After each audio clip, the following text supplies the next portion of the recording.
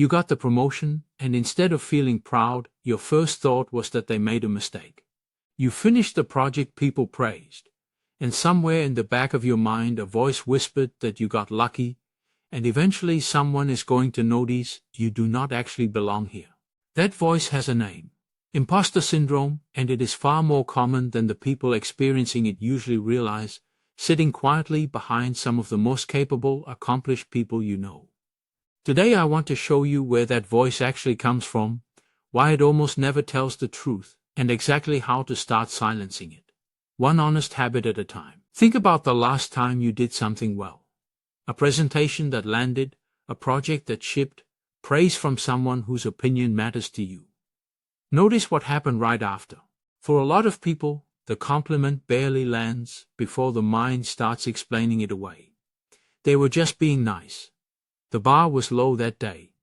Anyone could have done it. Meanwhile, the same mind holds on to every mistake with a grip that never seems to loosen.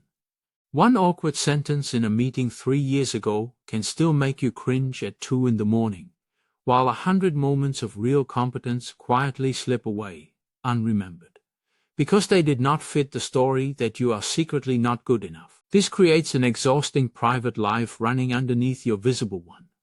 From the outside, you look capable, maybe even confident. On the inside, you are bracing for the moment everyone finally sees what you have suspected about yourself the whole time.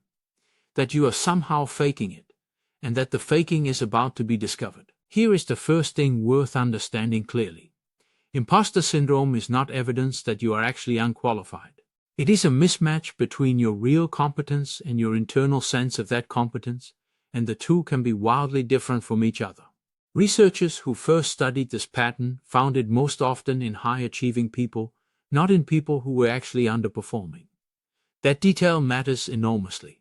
The people who feel like frauds most intensely are frequently the ones with the clearest evidence, on paper, that they belong exactly where they are. Why does this happen?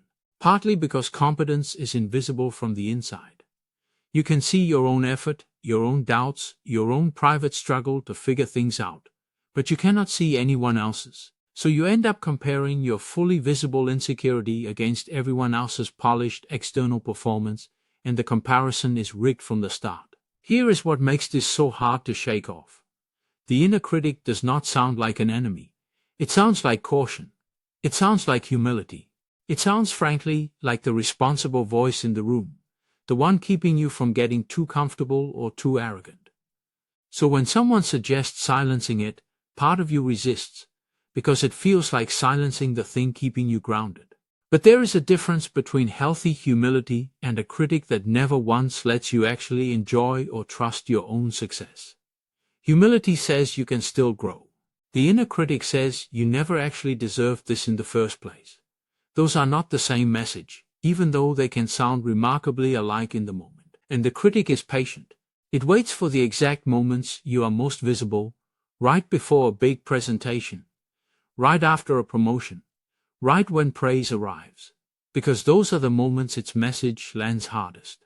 Over time, this teaches you to associate visibility itself with danger, so you shrink back exactly when you should be stepping forward. There is also a strange loyalty to this voice that rarely gets talked about.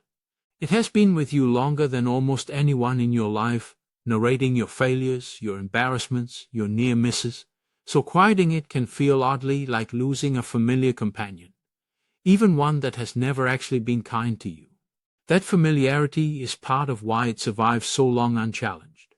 It does not feel foreign. It feels like home. Here is the principle that changes how you respond to that voice for good. Feelings are not facts, and the inner critic is a feeling wearing the costume of a fact.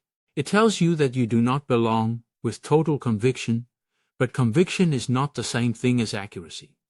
The fix is not trying to argue the critic into silence through sheer willpower. The fix is building a habit of collecting actual evidence, on paper, that the critic has to answer to.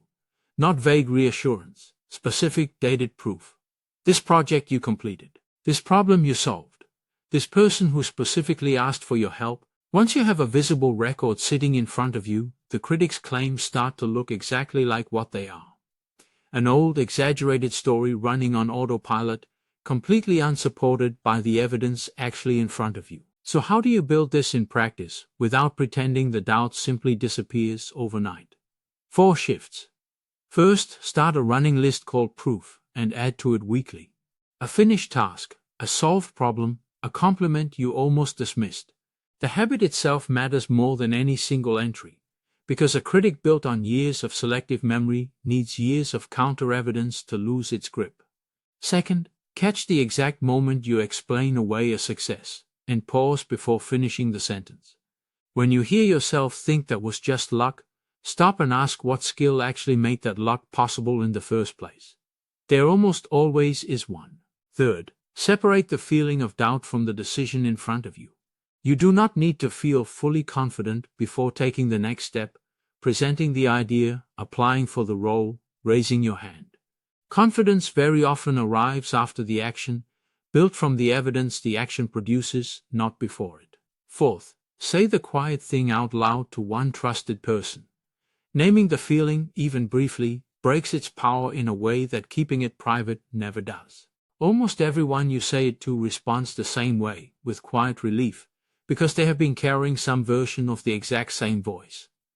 None of this erases the critic overnight. It simply starts outweighing the critic with something stronger than a feeling, real, specific, undeniable proof. Expect the critic to get louder at first, especially the first time you write something down instead of dismissing it. That is not a sign you are failing at this. It is usually a sign the old pattern noticed it was finally being challenged, and pushed back the way any long-standing habit does before it starts to loosen. Picture this a few months from now. The voice still shows up sometimes, right before something important, because it may never fully disappear. But it no longer runs the show. You have a real list, sitting somewhere you can see it, full of proof the voice has to compete against every single time it speaks up. Praise starts to land a little differently too. Instead of deflecting it instantly, you let it sit for a moment before your mind rushes to explain it away. That small pause is the whole shift.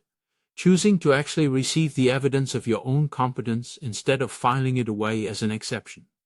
That is the real work here. Not becoming someone who never doubts themselves. Becoming someone who has built enough visible proof that the doubt no longer gets the final word. Here is where to start today. Open a note and write down one specific thing you did well this week, with real detail, not a vague feeling. That is the first entry in the list that eventually outweighs the critic. If this helped you see that inner voice differently, subscribe. I make videos like this every week for people who are done letting doubt speak louder than their own evidence. See you in the next one.